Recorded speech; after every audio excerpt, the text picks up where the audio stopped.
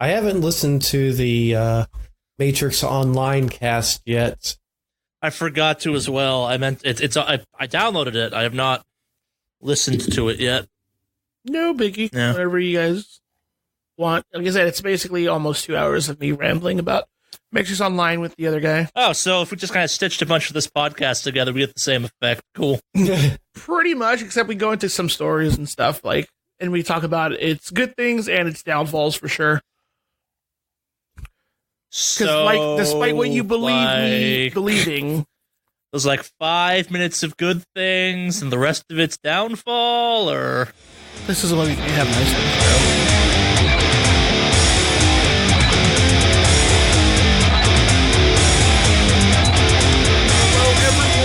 welcome to the Wicked Awesomecast, episode 187.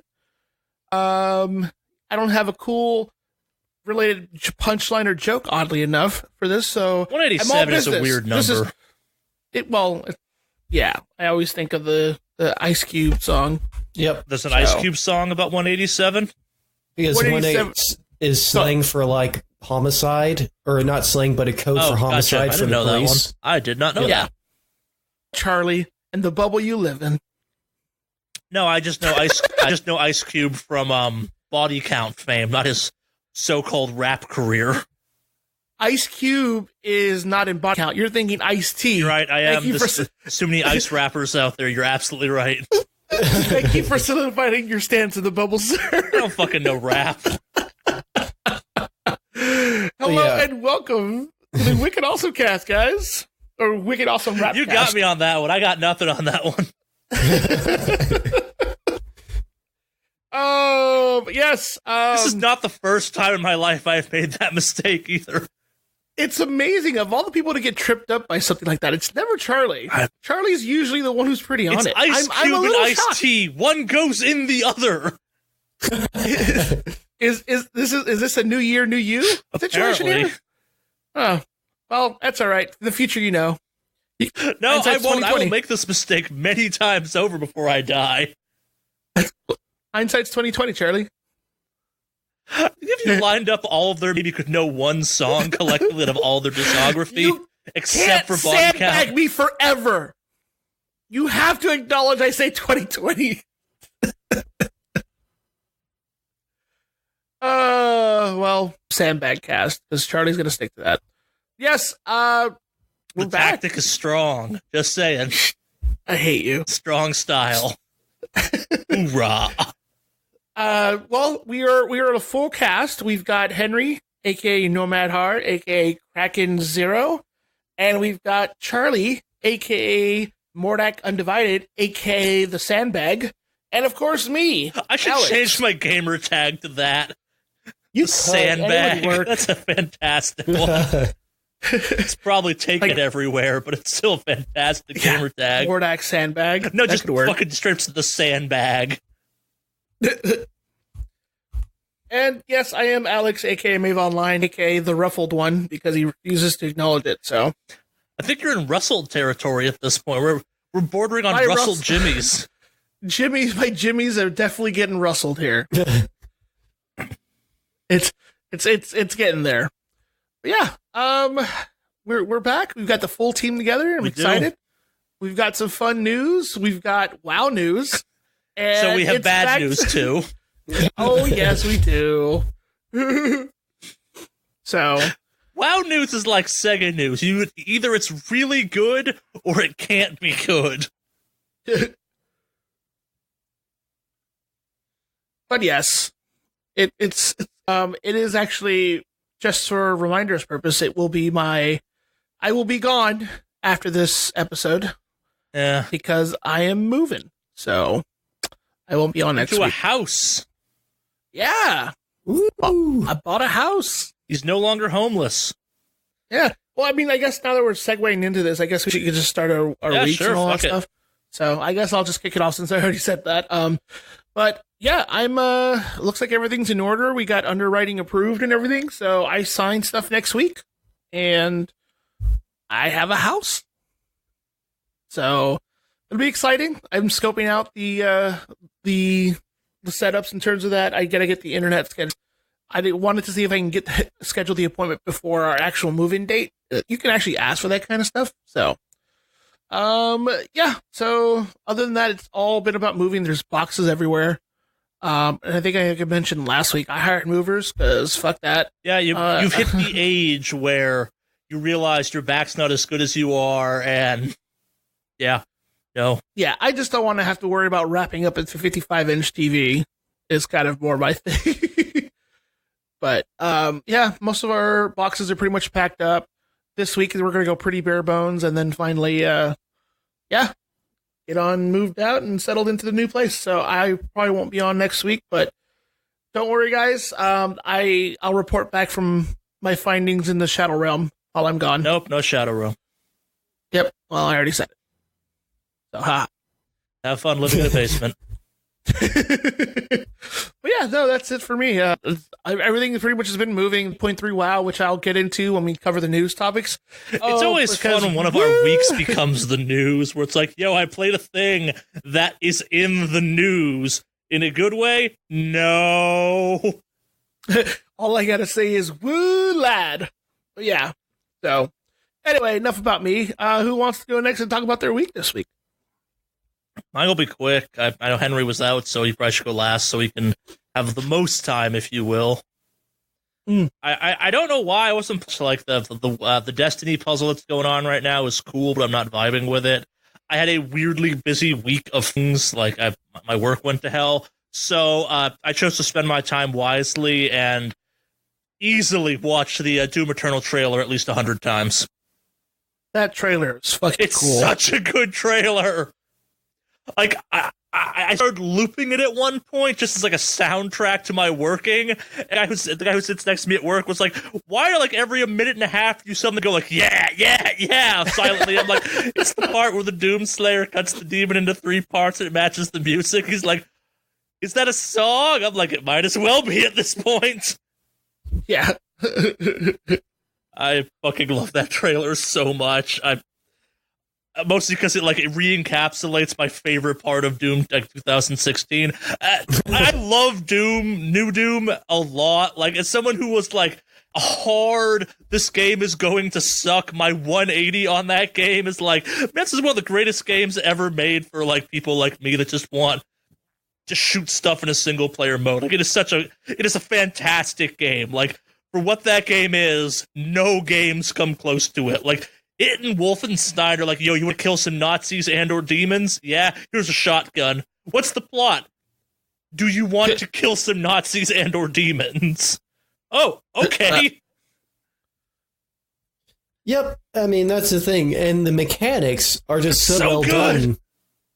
They are all just an extension that just makes it, I thought I'd get sick of the takedown maneuvers. You never get sick of the takedown maneuvers. They're so good. It reminds me of the Destiny takedown stuff. Like, that stuff is always fun to do over and over. Like, I appreciate those. You do the takedowns in Doom way more than the Destiny ones because they're how you get health back. Like, the goal is to do it on every single fucking enemy. And like, oh, these will get boring. Fuck, no, they don't. Every time you're like, yeah! Murder with elbow. Yeah, but it's safe to say I'm very excited for the new Doom, for Doom Eternal. I love the fact that I'm sure they knew this coming out of Doom 2016. They're like, man, people fucking love the voice that gives the whole Doomslayer explanation of why the demons put you in a stone sarcophagus. And we're gonna put that in the trailer and make that like the narrator for at least the trailer. I'm like, yes. Because I love that voice. I love how they talk about the Doomslayer. Like, everything about that aspect of the lore of Doom, I'm like, man, this is so good. I would just read, like, books or, like, listen to audio tapes about the Doomslayer narrated in that, like, deep, demon-y voice, which is just like, we fear the Doomslayer, but have to respect the Doomslayer for his murderness. It's like, man, that is some respect from demons. Yep. Yeah, I love the whole story of it. Yeah. And somehow it's like they made it all work. I mean, like it's even that's a continuation from Doom 64. You know, Doom, yeah. You know, it's just perfect. Just so well done.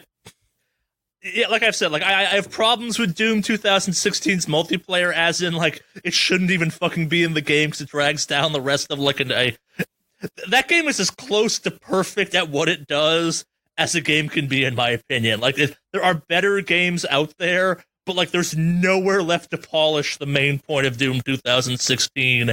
And man, does it look like Doom Eternal's like, what if we polished Doom 2016 more? How?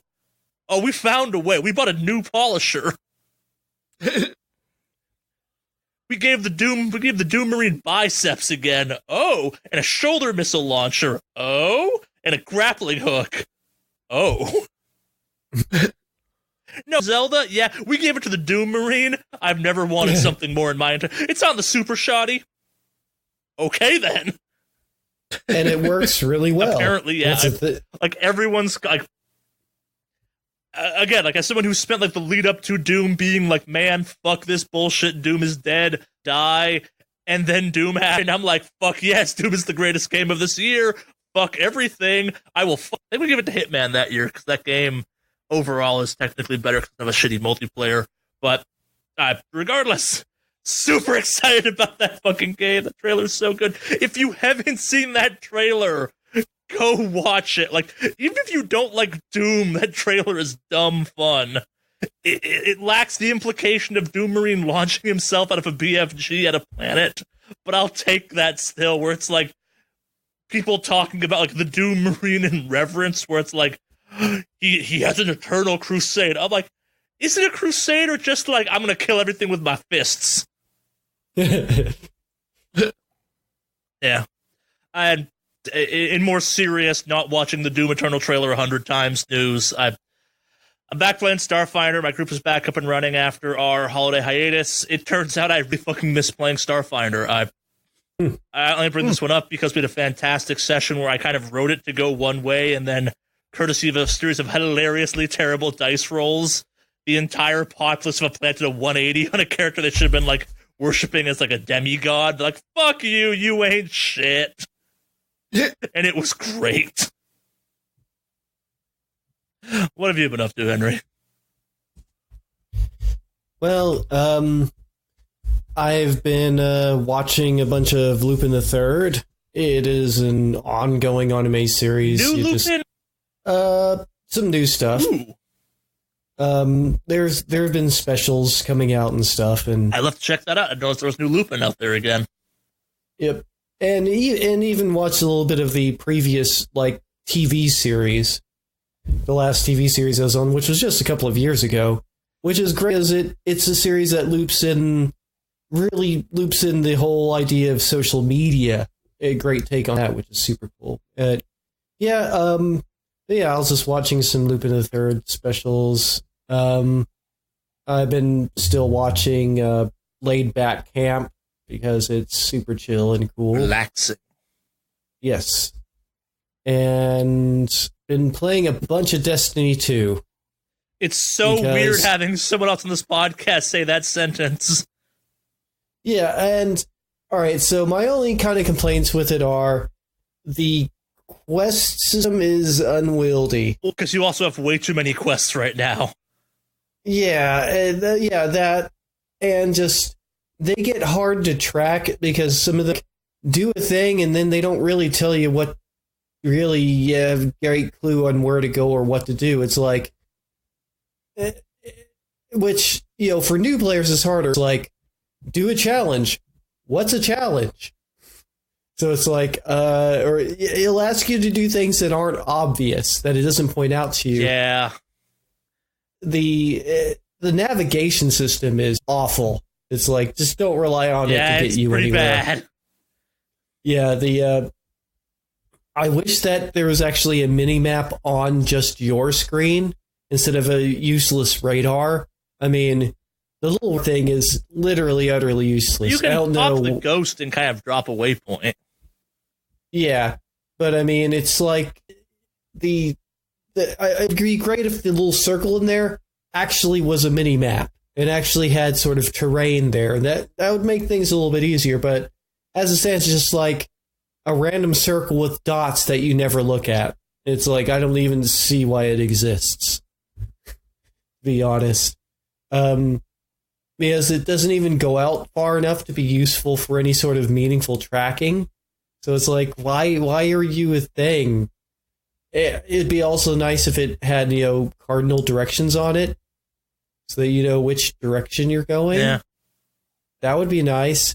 There's just so many little things they could do just to make it a little bit easier, a little bit better to use. But I guess the other thing that annoys me is the fact that the the colors that you can attach to equipment, they're like one use. And then it's like you can't use them for anything else. And it's really hard to find a color you like. And you can't just find a bunch of it. You just have to run into it by complete accident. And that's annoying. Yeah. Once you get them, you can pull them out of your collections. But yeah. You have to play a lot of that game to get all the colors you want. And I found a few, but yeah, I've been mainly playing Destiny 2, making my way through its various quests and quest lines. Some of them it's kind of bad that occasionally I definitely have to bring up a wiki about it to figure out what I'm so. Yeah, I actually have wondered about that. A bunch of things for that game that are kind of no longer in the meta. It's like, oh yeah, is anyone still even doing any of this bullshit anymore? Yeah, and some things are like, I think that there's just a bit, it's weird to say, but too many quests. Coming into that game after 3 years of things is probably definitely a problem.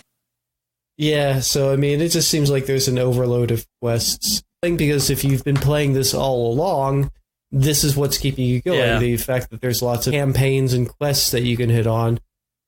And so, yeah, I've just been making my way kind of steadily through that, just kind of exploring, doing the sort of main quest line of a planet a death, and not going much further than that, because I know I'm going to be returning to the planet to do other stuff. So you're playing it correctly. Like, it's the goal right now is just fucking burn through that thing as fast as you can.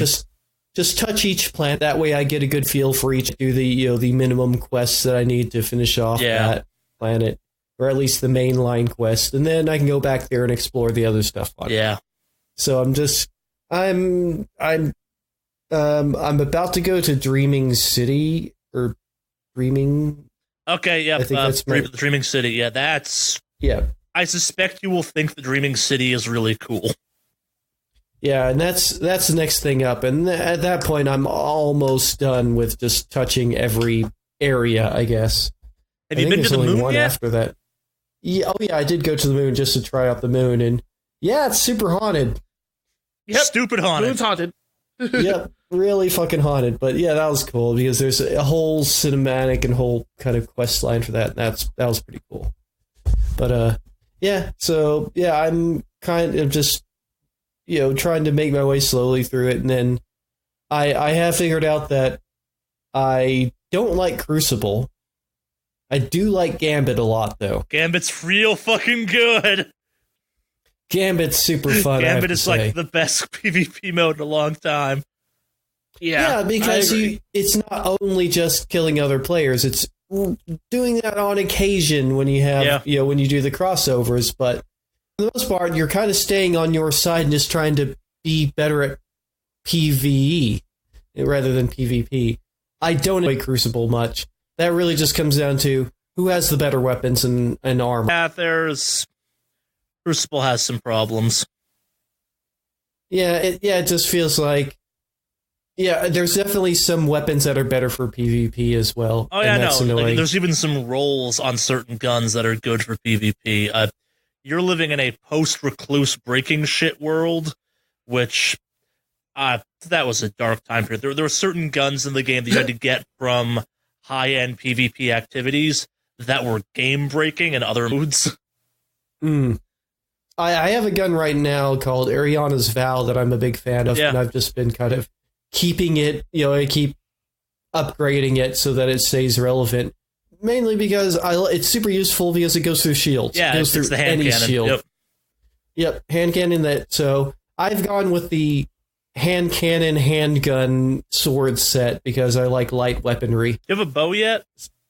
Yeah, I have a bow. I don't like it as much as the hand cannon, though. There's some silly bows. Because the hand cannon goes through shields, the one I have. Yeah. And that's, for PvE, that's super useful. It's absolutely useless for PvP because it gives you no advantage. That's, there again, there's a, that's the sort of the issue. My favorite gun gives me no advantage whatsoever in PvE. So, yeah. I switched to using the knife super because I think it's fucking blade barrage. It's just blade barrage. It's just knives out, awesome. Bitches. Yep. So that's cool. I like that a lot, and I've been using kind of a combination of armor abilities that kind of utilize that. Yeah, you're deep enough, and you can start upgrading stuff. Actually.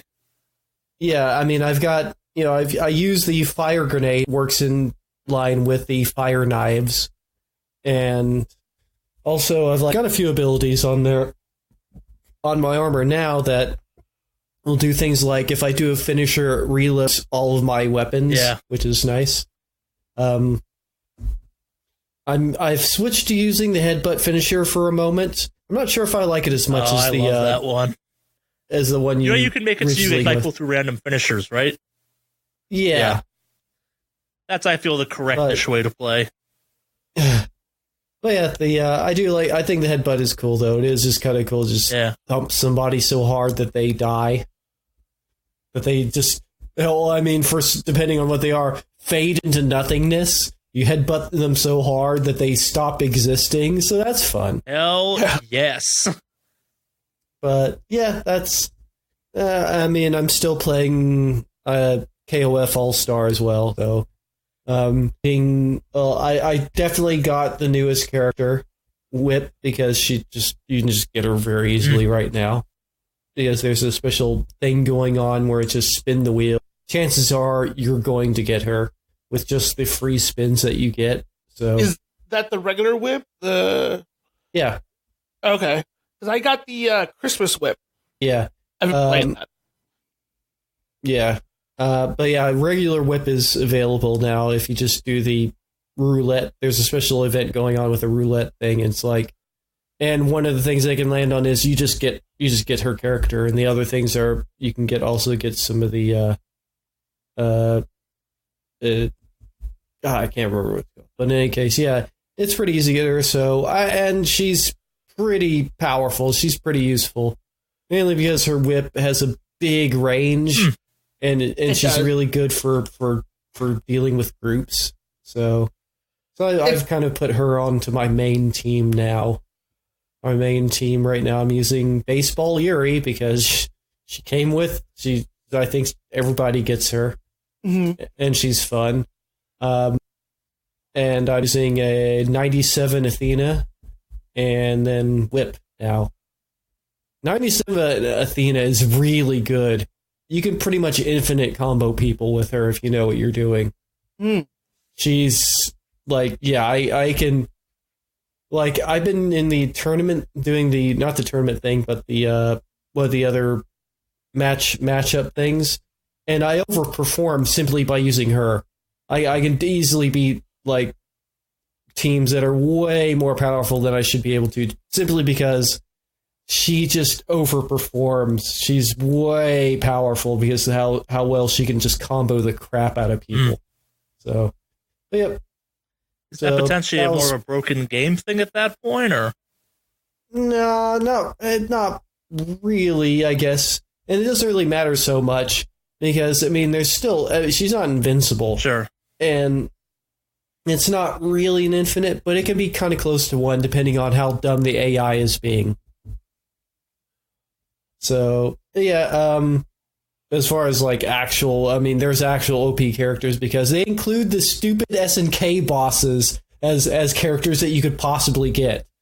And SNK bosses, it's a meme when it comes to fighting game. They're kind of universally known for just being horribly unfair, just horribly overpoweredly unfair.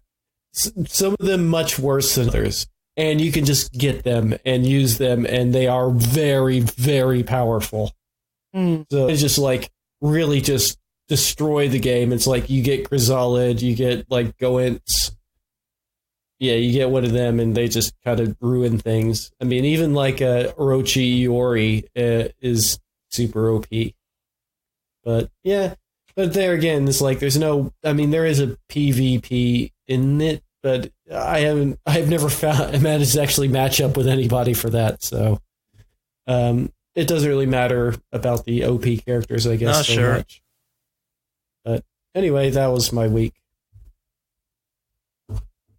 It was a good week for gaming. Sounds it. Yeah.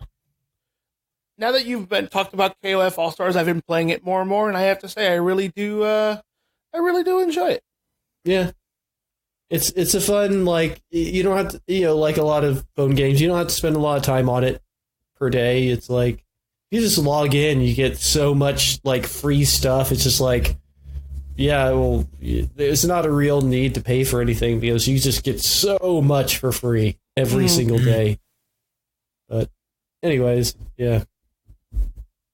All right. Shall we look at the news then? I suppose we shall. Let's start with potentially the biggest news of the week. Sony is skipping E3 2020 despite having a new console out this year. Womp womp. Weren't they gone last year? Yeah, it's 2 years in a row. Yep. Further solidifying the theory that we've talked about here that as things get more and more digital with like Nintendo Directs, there's no need to go to E3. Well, and kind of along those same lines, the theory last year was Sony didn't have anything really big to show off, so they didn't bother having an E3. They have a new fucking console this year. That should be a thing you go to a press conference for, and it's unclear if that means there just won't be at E3, if they'll be saying that would make a ton of sense, hypothetically. Like, you don't need to even be at E3 and be at E3. EA has proven that pretty aggressively at this point. Yeah. Well, however, Microsoft, Xbox basically said that they will be there. Yeah. But, yeah, I don't know. It's like, yeah, I think it's kind of reaching the end of its useful life, much like a console. I think it's also been just such a complicated year for the idea of going to E3 in some ways after what has happened at E3 in the last year. It's like, man, you are making a very deliberate choice in a potentially very weird way. Unintentionally, even at that point. Yeah. The joys of leaking all them personal press information for all those journalists. Yeah. So let's speculate while we move on. Do you think this is the last kind of big E3? I think E3 will continue for the foreseeable future. But so we saw those documents about trying to rebrand the thing into more of a PAX-style thing. Like, are the number of years E3 is actually relevant the way E3 is currently numbered? I think it's already reached the end of what like, it's definitely like what it was, what it once was. That is not what it is now. And it's not held nearly as seen as being obviously as important to the larger ones. But, I mean, what do you think about its importance to smaller companies that can't hold their own Nintendo Direct or, that aren't the massive monolith that is Sony that literally makes everything? Well, I don't disagree, but who are you talking about specifically in this case? I don't know, like Devolver Digital or some smaller company like that. I mean, do you think that it's still a venue for these smaller, mid-sized companies to get a kind of press on them, get press eyes on them? It's kind of personally speaking, I think it's kind of a mixed bag because as far as difficulty of being able to, like, stream your own Nintendo Direct, anybody can do that. The problem is the kind of like the medium of the outreach is, I guess, the harder part. Yeah. I think in some way you do, like, for mid to lower, like, not to, like, I say lower like it sounds weird, but, like, you know, like, mid-sized companies in terms of popularity to, like, new indie, like, maybe E3 is a good thing. Like, it'd be good for them, but you can also have other ones like Indiecade and things like PAX. that. But, like, True. PAX, you know, for smaller games. But, like, honestly, like, I don't know. It's kind of a mixed bag, because you do also have the generation of, like, people who are kickstarting things, and I mean that's always a mixed bag. But like, what's that ship game that's never going to come out, but people have dropped millions into? Yeah, Star Citizen. Star Citizen never go to E3. They have their own fucking conference, or they have a BlizzCon. They literally have their own BlizzCon every year, which is insult to injury. But yeah, but have they ever been to E3? I don't. Yes, at the PC show, which isn't technically even part of E3. There you go. So, I mean, it's possible to kind of just do it on your own. I mean, sure, it's a medium that helps you get faster, but because it's an established thing. But to be honest with you, like, the fact that E3 has been dropping in quality more and more just further kind of adds to the whole thing of, like, maybe you can do this on your own and just have it, like, premiered on, like, Xbox or something like that. Like, have, like, attach yourself to, like, a bigger company, if you will, at first, but, like, you're your own thing, I guess. Kind of like being, like, Xbox publish your game, but you're your own dev studio. Yeah. I don't know if that making sense, but yeah. Well, I think the real thing that's to determine whether E3 sticks around is if journalists deem it as something important to attend. If they, I mean, so, you know, Sony leaving, you know, that, you know, a certain amount of journalists might actually say, you know, maybe we'll give E3 a bit of a pass, or, you know, only kind of report it in a side way, but not really focus on it so much. So, I mean, E3 lives on the fact that, you know, we exist because you can come here and you get press. Well, if the press aren't there, then that's really what's going to determine it. So really, I think the metric might be, how much do the press believe that is an important thing? Because the second that they say meh is the second it stops existing. So that's kind of my thought on it. I think you're racing a clock at this point too, because, like, to your point, you don't need to be at E3 anymore to cover E3. Everything's coming out of it. Yeah, like we've covered it every time. I mean, we've been covering it, so I mean, obviously it can be covered without attending it at all. You don't need to be at the press conferences. They are out there at this point. Mm-hmm. So, I don't know. Like I said, if it ever is a thing where, I mean, that is like if the press don't attend it or attending it, that's when it stops existing. It's not really going to be as much about Sony leaving. The reason that's important, end up with less press interest in attending. And if the press don't attend, then it doesn't exist. Well, it's also kind of, you think of it, a third or a quarter of the gaming community, if you will, kind of thing. Like, if how you think of things, it is the PlayStation is a quarter of the gaming community, kind of just based on the 4 platforms. Yes. Mm-hmm. No, we're not considering Stadia a platform yet. Okay, we're talking about the consoles and PC. Then with PC. Yeah. Well, shall we continue? Oh, but we forgot the Soldier Boy console. Sorry. You're absolutely right. The greatest console ever made. Oh my gosh. You forgot about Soldier Boy. Hey! I was driving recently somewhere, and I was a song, but, like, something made me think of that ongoing joke we have of, like, I'm like, what the fuck is it now?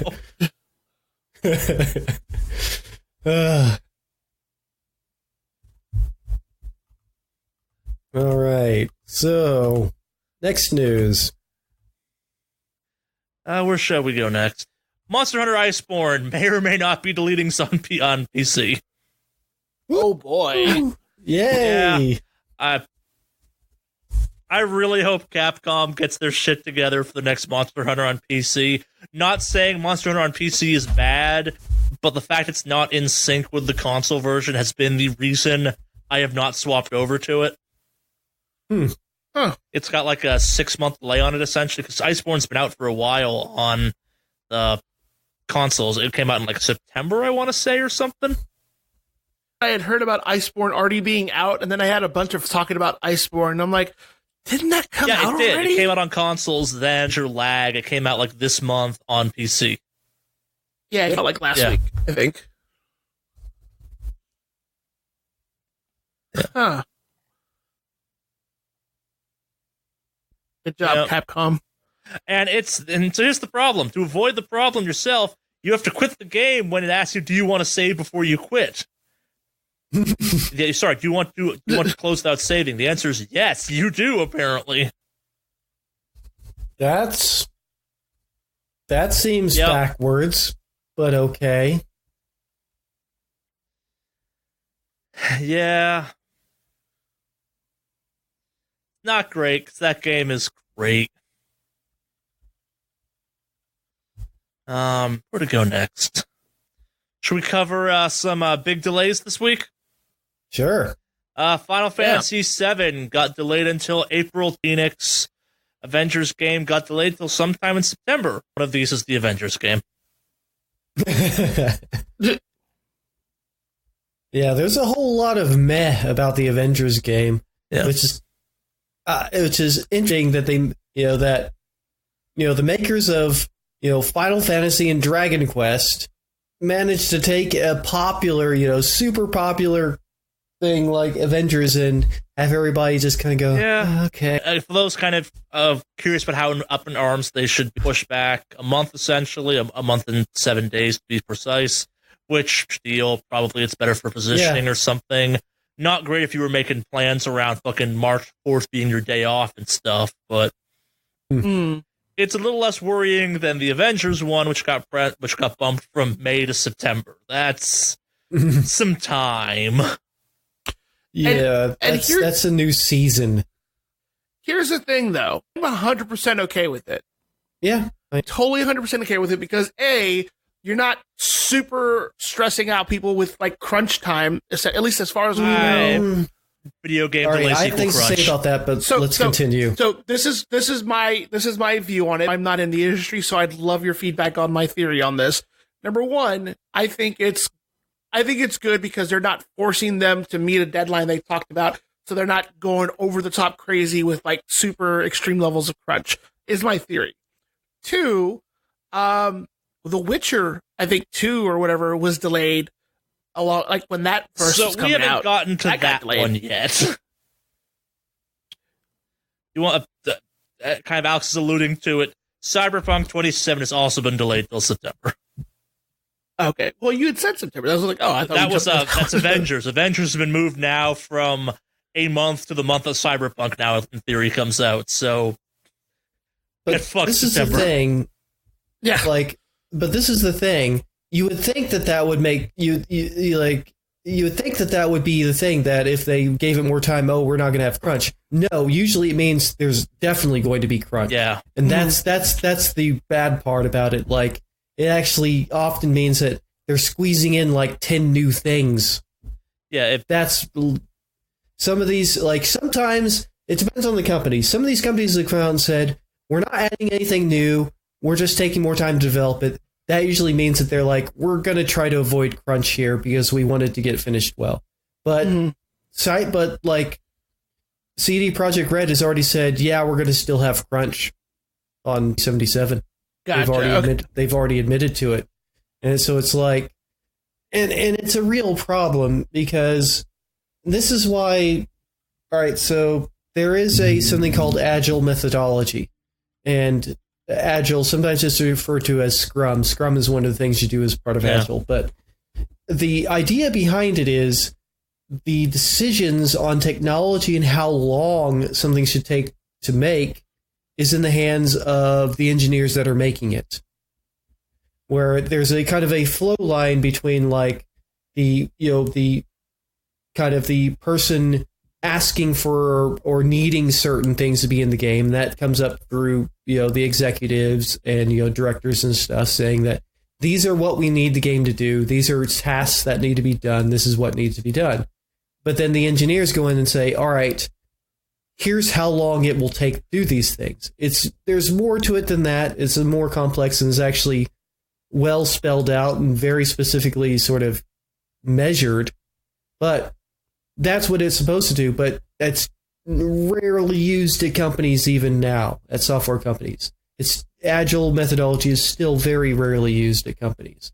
Yeah. If it was used, you wouldn't have crunch because you wouldn't have deadlines based on, by somebody not in engineering saying, all right, get this done in 6 months.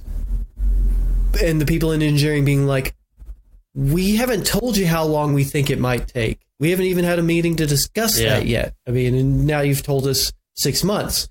And that's what keeps happening here, with all right, 3 months here, whatever.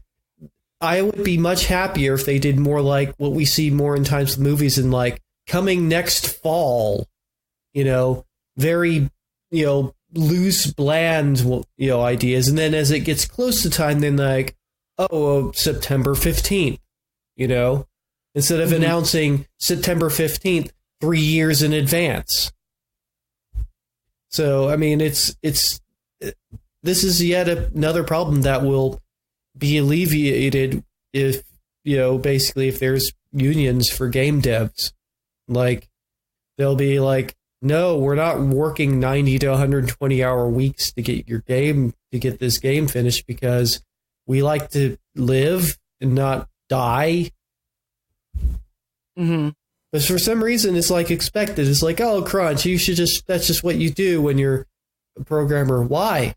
No, it shouldn't be expected to sacrifice all 100% of your waking hours to a game. Well, and that's in a perfect world, if you're doing the whole, like, if you are indeed extending it out to, like, just, if in a perfect world, crunch is not caused by added features. If the delay is not caused by added features, it still means you're crunching because someone fucked up your timetable and you just didn't get it done fast enough. Yeah, like that. My industry is not quite gaming, but we're like, we push back a deliverable date. That's awesome, right? No, it means that's probably closer to the deliverable date should have always been. But because we're now behind schedule, we're going to be expected to go hard on this one. Yeah, so essentially, like I said, the people often making the decisions on when the deadline is aren't people that are actually involved in the development of said aspect. But I mean, there is definitely a thing of feature bloat, where there is like you'll have people keep tacking things on. I mean, that's what happened to Assassin's Creed Unity. They tacked on like this multiplayer thing at the very end of development. And that's why it just worked like crap. It was awful because it was tacked on because somebody in marketing or some decision makers like, hey, you know what? It'd be nice to have multiplayer in this game that we didn't make originally for multiplayer. And then they tack it on there and it's awful because of course it's going to be. So that's another thing that does definitely happen in software development too, is you'll have people coming in at the last minute and saying, you know, it'd be nice if we had this in the game, even though it's maybe the game wasn't even remotely do that. But anyways, shall we move on? Yeah. Yes, it's been a season of delays, if you will. Let's do a quick one. Google expects to reach 120 games, some of them exclusives, on Stadia in 2020. That feels like on paper an achievable goal. I'm not sure it will do them any good, but that should be a thing you can in theory do. I want to know who the fuck wants to sign an exclusive contract with Stadia. One, technically. Who? Guilt, which is coming to other ones eventually, but... Oh boy. Yep. Yeah. Yeah, I don't know what to say. I'm with you on that one. Like, the 120 games sounds reasonable. Like, I've probably played 120 games easily in this console generation, so one would assume there's companies out there that are like, yo, we can totally put more games out on Stadia. Just give us get that sweet Stadia money. Indeed. Guess what we're talking about money. 2019 was a very bad year for the Epic Store. A very bad year. They only made $680 million. 90% of it was Fortnite. Well, a whole lot of it was actually exclusives because Epic's had. Way to toe the line, people. You stood up to the Epic Store and slapped down your credit card with defiance. Way to go, boycotters of the Epic Store. You couldn't wait to play Borderlands. Epic Store. Way to hold the line. Yep. Damn it, guys. We agreed Epic Store bad. Yeah. You weak-willed bastards. You couldn't pirate like everyone else. It's almost like piracy's getting harder and harder. But while we're on the Epic Store, they'll be using OpenCritic as a review, or I guess maybe the right word. There will soon be game reviews on the sea of OpenCritic, which explained to me before we kind of started up the podcast today, is like Metacritic. So read into that as much as you want. Aggregate ratings. Woo. Basically what it is. I haven't really used it that much. But I mean, it is an aggregator. But I guess doesn't necessarily use I don't know if this is bad, but it also gets from, blogs and just channels and all sorts of things. So, I don't know. I don't know. We've talked about before, just numbering reviews probably doesn't make a whole lot of sense. Those are the ones they're only going to see. Like, any non-ones aren't going to show up in the system. And I guess as part of this, Tim Sweeney got out there and said that, we may do kind of we'll do user reviews eventually, but it's going to be an opt-in thing because, review. Yep. Which, it sounds like a cop-out, but I'm kind of with him on that one. Like, the Valve stance on this one occasionally feels like a little too, it's like, oh, you can review whatever. It's like, you shouldn't be allowed to just own the game and review it. You should have had to either put in a majority amount of time and or if you say it's like if the game is a 20-hour game and you've successfully played 300 hours of it, game a bad score. I don't know about that one. Because you could, an example, I've played Final Fantasy X, and for the most part, the game has its, its highs and lows, but the ending was absolute garbage, and obviously you don't know the ending. What I'm saying is, if that game's 100 hours long, and you play, a major multiple of that number, it's like playing through once and not liking it, and playing through it 5 times, and then saying you don't like it, shut the fuck up. I would much rather have somebody play longer and give it a bad review than have someone who barely plays the game be like, nope, this game's... I'm more talking about the people that are like, I played this 10-hour game for 500 hours and it sucks now. And it's like, how the fuck did you play this game for 500 hours? No, seriously. Yeah, I think it's like, I have games that I put in a few hours in and then ultimately decided, this game sucks. But not hundreds of hours and then sucks over this game. It's like, really? Why did you subject yourself to this for hundreds of hours or even 10 hours? That's what I'm talking about. I'm not saying you can't say a game is bad, but when your behavior demonstrates you don't think that game is bad, or I'm playing this game to stuff on the developers. I don't get that. Yeah, that's not a thing. This pornography is disgusting and distasteful.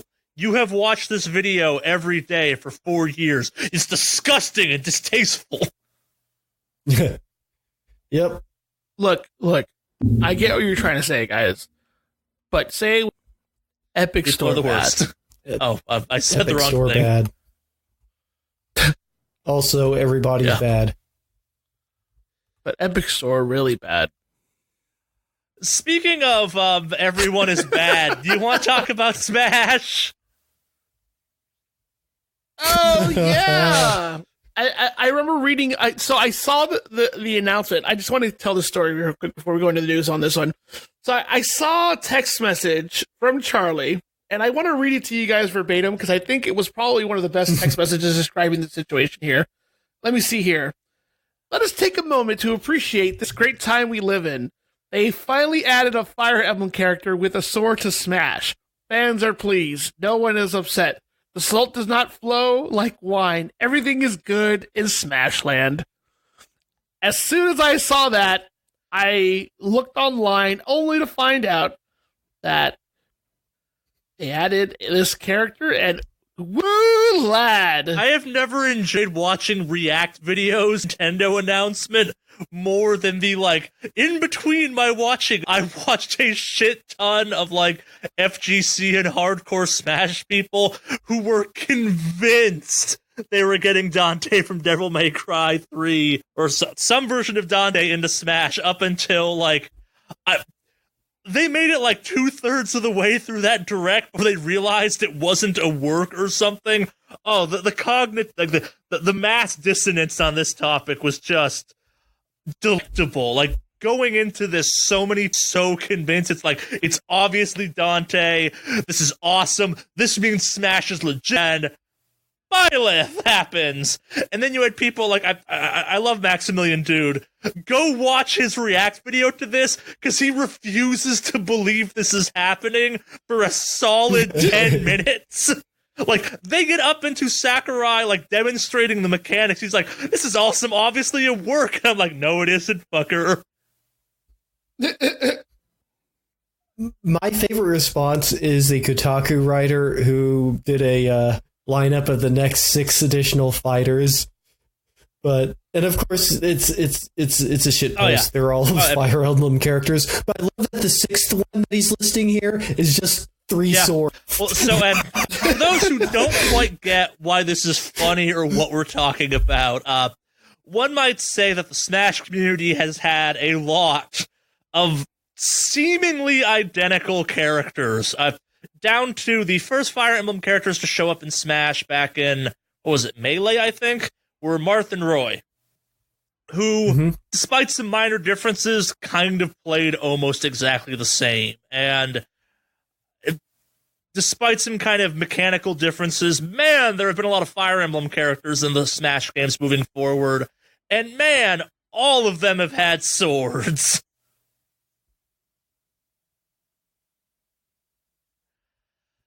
But I personally am relieved that Nintendo has finally found a way to get this beloved franchise about medieval combat and swords into Smash in this way. It feels underrepresented and due at this point. I know the Fire Emblem fan base was screaming for this to happen. It's about goddamn time they got a character in Smash. See, I was just hoping that the new character, the version of Sonic from the Sonic the Hedgehog movie coming out. See, that's what I was waiting. I just looked up. I just Googled Fire Emblem characters in Smash, and someone made a fantastic shit post where it's listing Mario as a Fire Emblem character. So to actually cover this with the maybe not reverence its due, but actually do our jobs and cover this one. Byleth is the player character from the new Fire Emblem game. I'm blanking on the name of all of a sudden. Three Houses. Sorry, yeah, that has been a fucking giant Smash success. The character does have some variability. It's got essentially it's got 3 weapon skills for the 3 the four legendary weapons of the of Three Houses. It also has the new character has both male and female. Because in the game you can choose your gender, between the male and the female models. Its default setting is character with flaming sword. Its alternatives are character with weirder flaming sword, polearm, or axe. Actually, maybe a bow. My bad. They do seem to have some change on gameplay, but not major ones. Yep. That's got kind of an I guess. Everyone is excited about this turn of events. No one is upset. That's fucking great. I knew it was going to be juicy when I saw the text message from Charlie. But they made up for it by putting out 5 new skins for the You're more Mii. upset by this one than I am, and I get why. I'm not saying... I'm not really so much upset. I just think it's hilarious that they're like, putting in the character you wanted. And they are actually pretty cool skins, to be honest. Well, the Cuphead one is just Cuphead. It's just Cuphead is inherently cool, but yeah. Yep. Bugman! Yep. No salt in that community this week. It's nothing but smooth sailing. Yep. While we're talking about Nintendo, the Switch Lite sold over 1 million units in Japan in 3 months. Ooh, wow. People want a more portable Switch, I guess. My takeaway from this one, it's kind of a shitty takeaway, is maybe the Switch is inherently flawed and you should fix it, Nintendo. Like, the fact that this thing is selling as well as it does maybe means the Joy-Con idea, while neat, is bullshit. This is another thing to lose, hypothetically, while you're on the go. We've talked about this before. I have that dock thing. It's the first thing I recommend anyone who owns a Switch buy, because it makes that thing feel less fragile, and it doubles the damn thing's thickness, but on a plane now, instead of being like, I wonder if this will snap in half now. It is also weird that the Switch perpetually makes me go, man, the fucking PSP Vita was okay as a portable console. It had 2 joysticks. Don't get me wrong, that thing had flaws, but for what that thing was, it should have done way fucking better. Yeah. You want to cover some Valve news? Sure. Valve's bad. Valve very bad. Because they had to officially get out there and say that Left 4 Dead 3 is not happening. Not as VR, not as a more traditional game. No one is working on it. Stop saying they are. Which, of course, leads us, game journalists, to believe they're working on it right now. Yeah, it's kind of sad. I mean, it's still... Left 4 Dead 2 is still one of my favorite games. I still go back and play that on occasion. It's just that fun. I like it. There's nothing like it. Yeah. But at the same time, while you're mad about that, it turns out Valve managed to sell out of their Index VR headset. It's kind of crazy. It's really kind of blows my mind that we're at a time now where VR for the masses is starting kind of be a thing. I mean, not quite there. It's still priced out of most budgets, but not as many as it used to be. I mean, we're talking, VR at one point was just several, $10,000 systems that you had to, that were, had to get all custom done and stuff. And now, less than $1,000, and in some cases, lower than $500. And that's it's getting in squarely into the territory of somebody within their usable cash now where it can be bought. So, it's interesting, I have to say. Yeah. Welcome to the future. It's kind of terrible, but occasionally. Yeah. It sure looks like Horizon Zero Dawn is coming to PC. Fucking cool. Which is cool. Yeah. Thank you, PS4, for beta testing the game. Yeah, I have been interested in that game. It just and that cool. game on like a super powered console would just look stunning because it already looks stunning. Yeah. Yeah. Like I said, thanks guys for working out the kinks for the real gamers to enjoy. Yeah. It seems like this is possibly courtesy of actually Death Stranding, ironically. That thing is coming to PC eventually. And it's run on the engine of Horizon Zero Dawn. So it's possible. Yeah. Really? Yeah. It's by Guerrilla Games' engine, which is just a fucking amazing engine. And it's the fucking Killzone games. They are great-looking games. Yeah. I mean, hell, this game definitely held its own, too. Like, Horizon Zero Dawn is phenomenal, and I remember watching you play some of that, and God, it was so played well. It has some of my favorite mecha design of all time. Okay. On the mechs. With a bow. Most just makes me excited for a sequel, because I really hoped there'd be a sequel to that game, but it wasn't totally clear if there would be a sequel, but A, we are getting one, and B, this could give me the whole new life into that franchise, I think, because that is a game that, like, some of the modding you could do for it could be real fucking badass. Not that I care about such things. Oh, yeah, I look forward to seeing, what's the main character's name? Aloy. I look forward to Aloy hunting Thomas the Tank Engine fucking mechs. Dude, I didn't even think of that. Wild. That would be so fucking cool. You think that the modder community won't do some shit like that? I'm more surprised by the modder communities than with Thomas the Tank Engine. Well, it's Thomas the Tank Engine. There's Macho Man Randy Savage. Yeah. That with like Resident Evil, where like instead of hearing like Star or whatever the sound the fucking Nemesis makes, he would go, "Ooh yeah," and just like running down the halls and shit. That's great. Hilarious. That's the mods I like, not some of the other ones out there. No. At least that's a jumping off point, I guess. Speaking of mods I don't like, Elder Scrolls Online and you vampires. Yeah. I know a guy who plays Elder Scrolls Online. I need to try this game at some point, I think. It's been on my list where I look, Yeah, it's surprisingly good. I have heard. One of the things I've heard about it that I thought was really great mechanic is you can level anywhere. The entire world scales to your level.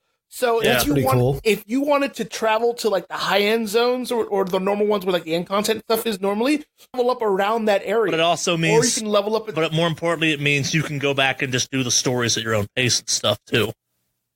Exactly. Yeah, everything is at your own like pace thing. So I think personally that aspect of it, just the fact that you can literally go any fucking great. Implement something like this for Shadowlands, but I think Elder Scrolls Online technically has it right now too, just not as seamless as this. No, it's not like with Elder Scrolls Online, you can literally go anywhere and level. In WoW, you have to work your way through. The first few levels are any content from this expansion, next expansion, so on and so forth. Like these guys, literally anywhere. Name of this thing. So the Dark Heart of Skyrim is coming to Elder Scrolls Online. It's got vampires, yo. Yeah, buddy. I'm looking XX. Was it Jacob or what was the fucking vampire from? Can't remember his name. No, Jacob was the wolf, right? Twilight vampire. You were making a Skyrim joke. I don't know. You're Skyrim. Oh, we're still talking about Twilight. Apparently, we are. Well, if I'm going to make a character in Elder Scrolls that's a vampire, I clearly need to make one. You can make a vampire, actually. I think you're fighting vampires. Oh. Womp womp. X Edward XX. That's what I was going to call him. Sure. Mm-hmm. Yeah. Yeah. No, this is cool. So,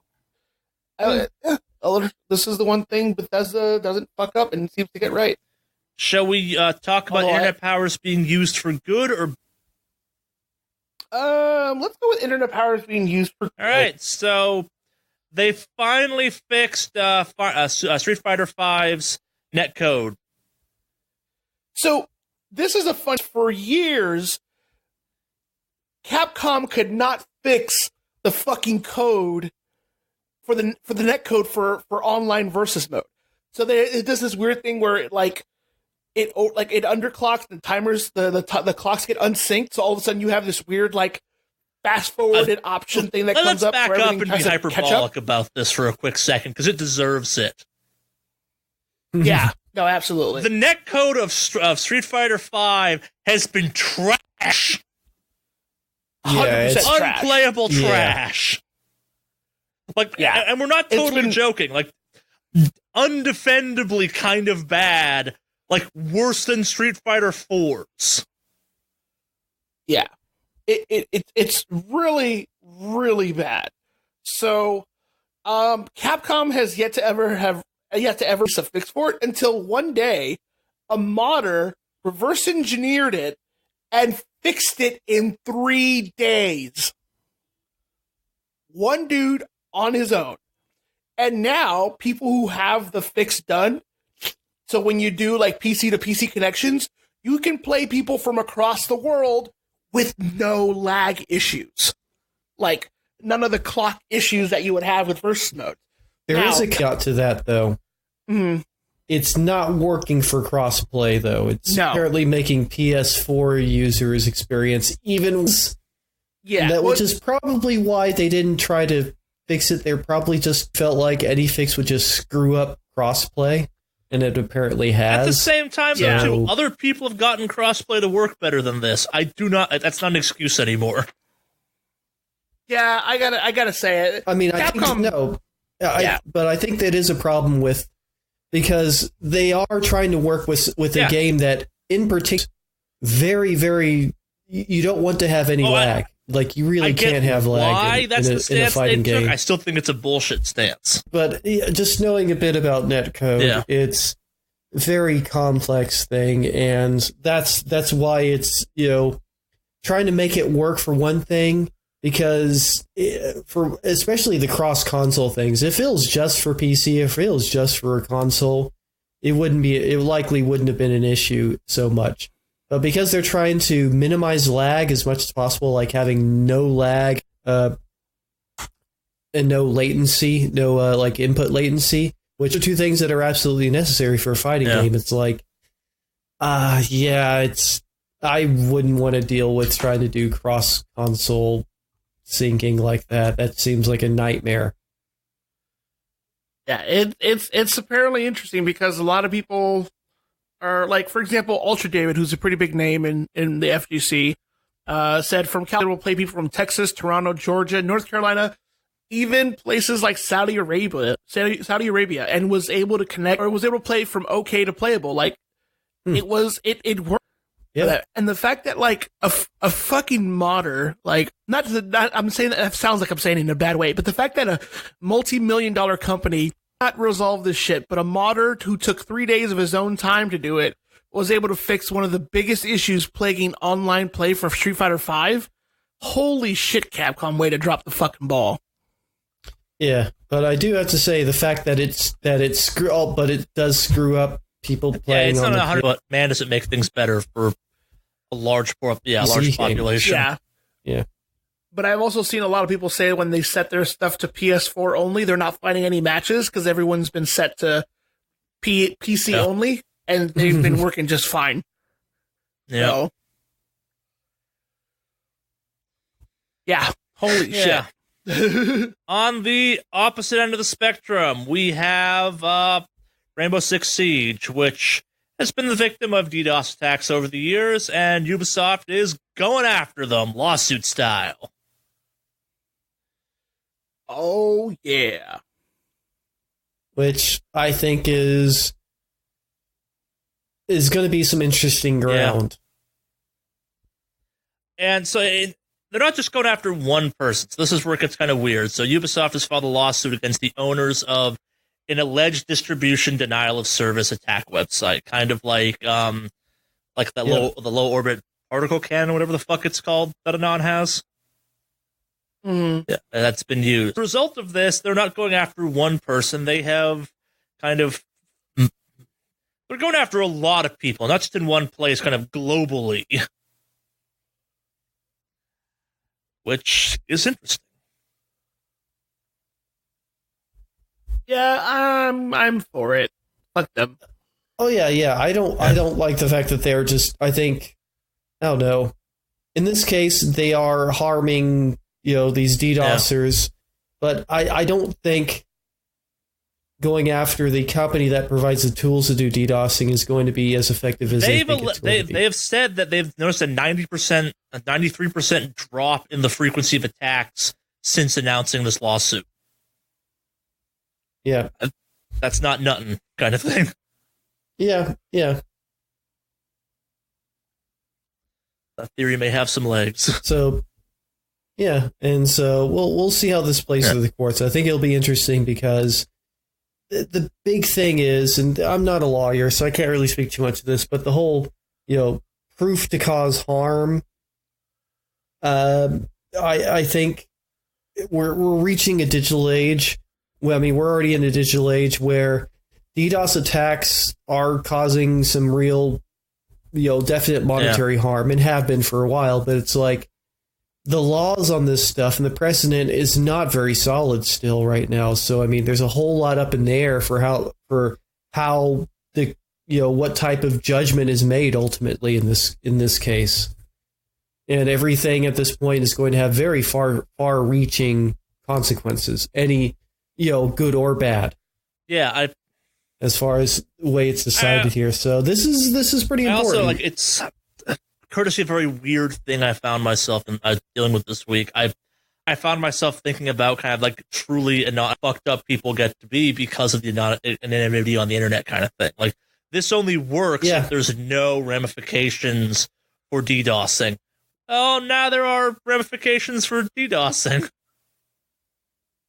Mm-hmm. It's you've essentially added a stakes to doing this inherently illegal kind of thing. Like it's kind of like what's the crime of hacking? Oh, it's what was crime of hacking? They got defined. It's like yeah, it's it's like I don't think there should be a punishment for being anonymous. I think there should be a punishment for doing bad things. And there should be ways of punishing people that do indeed do bad things under the skies of being anonymous. Yeah. Well, last but not least, this week we're going to wind Alex up, and I know I'm going to regret asking this, but so there was a new patch. Yes, the big 8.3 transition patch thing that talks about fixing a lot of the issues. My understanding was that it added eldritch horrors to the game of some kind, and may ironically, as a result of this, unleashed actual eldritch horrors into the game. Something similar to it. Yes, we have we have N'Zoth, who's essentially broken free, and N'Zoth is obviously based off of a Lovecraftian-esque character. So, but it's kind of fitting this patch that are definitely a nightmare. Where do I start? As a resident WoW reporter kind of thing, was before this patch. Not really. So, this is supposed to kind of... Okay, so let's go down the list here. One of the biggest complaints that's been about WoW recently is aspect of what's called Titan forging. Sure. Where when an item drops for you, it randomly has a chance of rolling better, like upgraded stats or a socket and things like that. So, like, let's say you have a 455 or let's have a 445 item level weapon, for example. It could Titan forge, and there's no way of predicting it, to a 455 weapon with a socket or something like that, which is probably one of the best things you can get for it. But every item in the game essentially has this random chance to proc something better.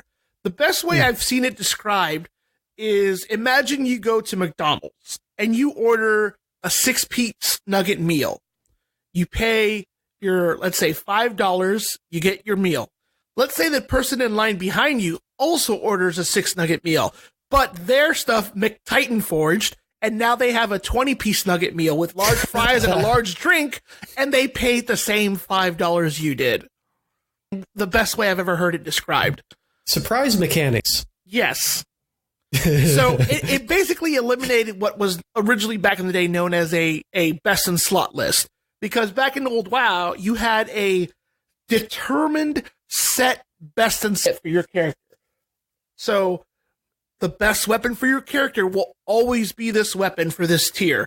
But no, if you get a normal weapon and then a Titan Forged other weapon that doesn't have as good stats, it's better because there's more of it, kind of thing. So it's kind of what they've been talking about. Like that's been a, so they talked about it at BlizzCon that they're getting rid of Titan Forging, and for this patch they're adding a new system which is called Corruption, which is more RNG, and it's really bad.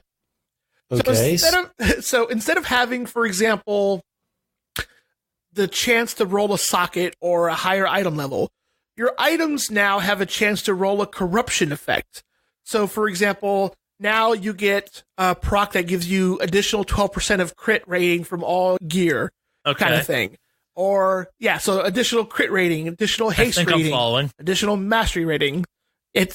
So additional stat ratings, either like it would be a proc or a flat amount. You also have special damaging procs that could happen. And it's way more RNG than before. So it was like this whole... So going back to our McDonald's metaphor, this would be like ordering, I don't know, like what's a McDonald's thing? Like the Big Mac. Let's say you order a Big Mac meal. And when you ordered it and your item arrives, not only did you get a Big Mac meal, but you got 40 nugget box on the side. Like, what do I have to do to get my Big Mac to turn into a Baconator from Wendy's? Like, is that the level of fucked up this is, where, like, we've successfully turned this into a totally different and better thing? Yes and no, because you're still getting your Big Mac, but you're just getting a bunch of extra shit on it. So, okay, so it would be like if I got a Big Mac, and instead of getting a Big Mac, they gave me a McGangbang. Got it. Okay. Yes, that. And the thing is, sometimes it rolls something like you like. So if you ordered a Big Mac meal, you got a bigger Big Mac meal and a larger fries. What they're doing now is you're getting a Big Mac meal, and then they're probably going to throw in a Filet-O-Fish or just the fish. I didn't even ask for this. Well, it sucks to be you. No. Well, that's what you're getting. So some things are just really good procs, and some things are really shitty. But here's the fun part. Imagine that special extra item you got, like the Filet-O-Fish, has a chance to make you fucking sick if you eat it. So it's a Filet-O-Fish. Got it. That's the perfect metaphor. Yeah. Because it turns out the corruption makes it so you have certain bad things happen. For example, if you have even 1 point of corruption, you have a random chance to get snared by a tentacle, so you run slower. If you go over 20... Why are you just describing the Filet-O-Fish, Alex? Oh, it gets better. If you hit 20 corruption, you have a random eyeball that spawns around you and will continue to hit you and it ramps up damage and does more and more the more you stand in it until you move out of said circle. Again, this is just the Filet-O-Fish. And assuming how big the circle gets, which coincides with how much Filet-O-Fish you eat, the circle is bigger and bigger until you reach 40 corruption damage. Ready for what this means? When you hit 40 corruption damage, it means that a magical Filet-O-Fish sandwich will spawn on you, and if it touches you, it explodes and does damage. So you have items that potentially cause a shadow version of yourself to spawn, and you have to run away from the shadow version of yourself. Simply by wearing gear that it has additional stats. Surprise! I love this metaphor so much. Oh, and it gets even better. Ready for this one? Let's say you're above, I think, like 80 corruption or something, or 70 corruption.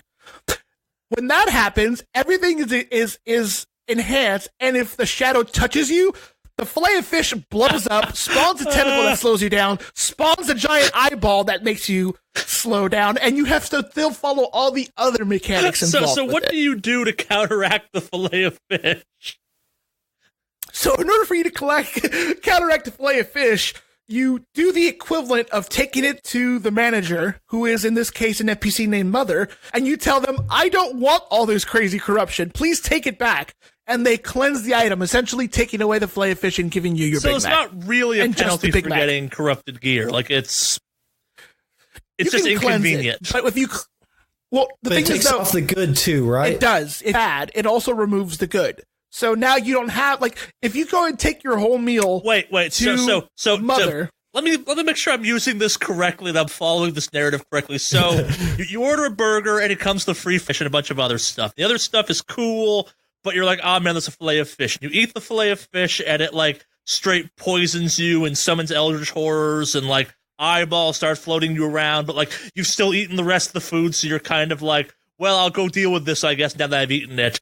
And then the manager punches you in the stomach, rendering the meal useless except for like the base thing you got. Not necessarily punching you. It's what happens is you take your whole meal tray to the front counter. And you say, hey, I don't want all this extra shit. This might be causing problems. And they say, no problem. So they take your tray, they remove the fillet of fish and everything else, and just give you your original meal. So you have your Big Mac, your fries, your drink. No more Eldritch Horror fillet of fish. But also no more 20-pack of chicken nuggets. Yeah, but they also took your nuggets. And they also took all your pies. And you had to walk back to the counter. Got it. Yep. So... And the name tag on the employee is Mother. Is the vendor, like, in a convenient place, or is it out in the fucking wilds? It's a fairly convenient place to go to. It's nothing crazy. Yeah. So, yeah, So that's the first thing. The second thing is they did give you a legendary cloak, which is kind of neat. But the problem is there's a lot of other issues with the mechanics in terms of leveling up the cloak, because the cloak makes you...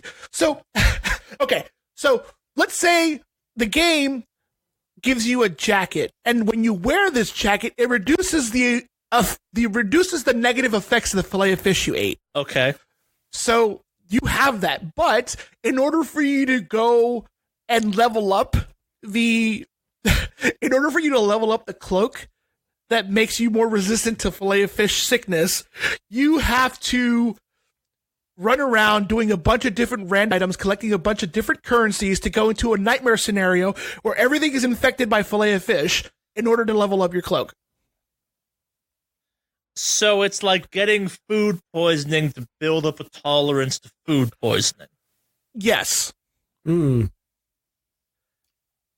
That sounds rotten, dude. Yeah, no, it's this whole patch is like, I want to like it because there are certain things that are really good about it that I enjoy. Oh, yeah. It sounds like it could have been cool. This corruption thing is just really, I think, dumb. Like, going back to having old best in slot lists was great, but sometimes it just doesn't work. And when I say it doesn't work, is you're supposed to get pieces of gear that drop at the end of you going into the fillet of fish nightmare, and some people aren't getting any drops. In fact, some people who have the corruption items aren't even getting all the positive effects to proc at all. Huh. So aside from the fact that they had to eat a fillet of fish, they like went to open up their McNuggets and they're eating them, but they're not actually getting full off of them. No, it's like opening your box of nuggets and the box is empty. Yeah, there's just nothing there. Like, oh. Yeah, it's... well played, Blizzard. Oh, we're scratching the surface, baby. Oh, we're not done. There's more? Oh, there's more. Oh, God. Remember when I said they were going 6 style? You did mention this, yes. Yeah, so they just released an updated version of the auction house. And it turns out items you deposit into the auction house and the gold you're supposed to receive are disappearing. So people aren't getting their shit. Straight up stolen. Yep. So well done. The new auction house is pretty garbage, or people aren't getting their full amounts. It's pretty bad. So there's that. But let me. Okay. So somebody wrote up a really great summary on this, and I wanted to, when I talked about the farming currency to get the cloak done, right? Really quick, this is the best summary I heard about it. I need to kill 27 more scary boys to get my next 15 spooky mojos to combine to get a big bag of oof.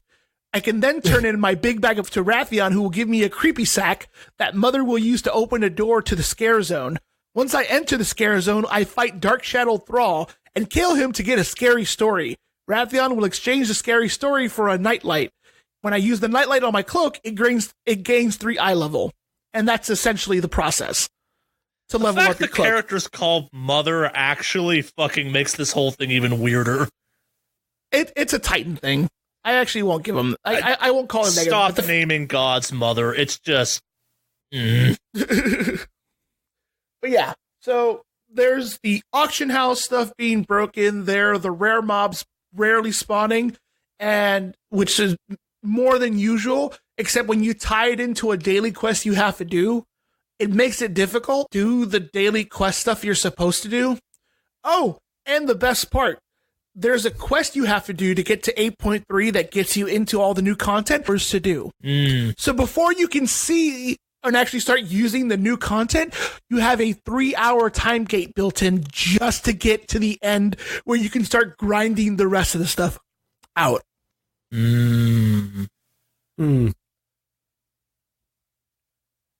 It's real bad. No, Blizzard, you just keep delivering. Yeah, and there's just tons of stuff that's broken, like this, like stuff not procking and other things.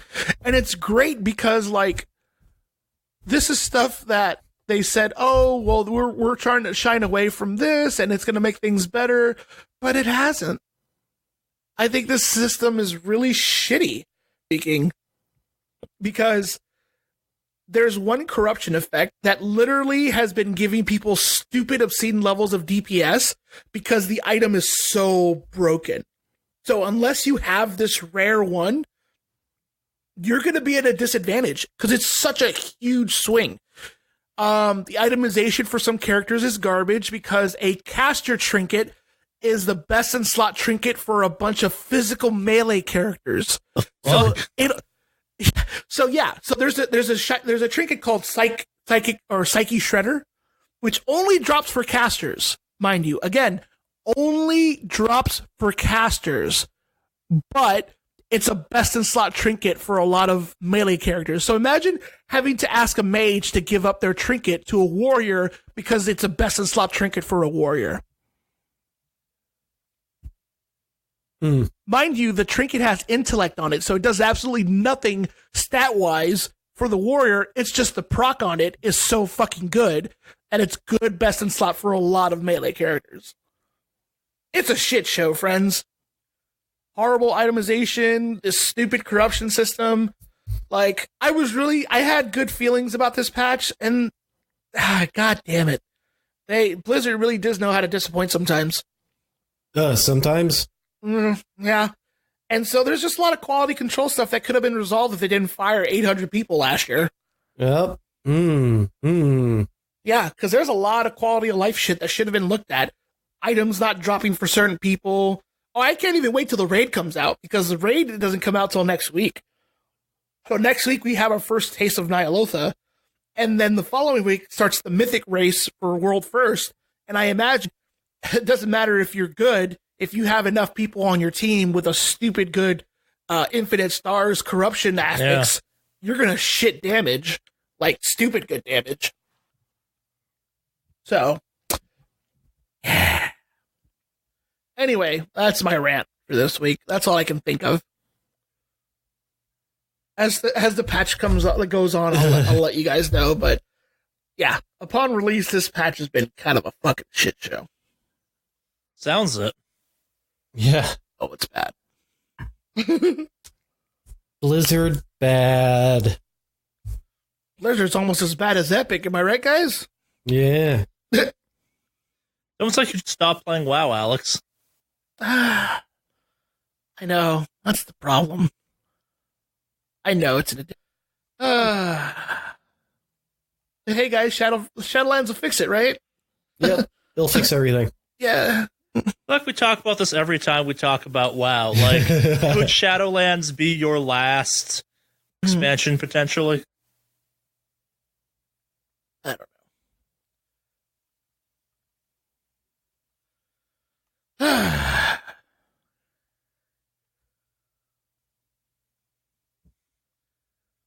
Anyway, that's all I got. Yeah. I remember to keep those silences in there. Yeah, no, definitely keep the silence. It's well deserved. Because boy, that was fucking. Pause for dramatic effect. Yeah. Yep. Yarp. The dramaticist. Okay. That brings us to the end of our news with quite a. Is it worth adding WoW expansion? Was it 8 or something to the ranked shit show list?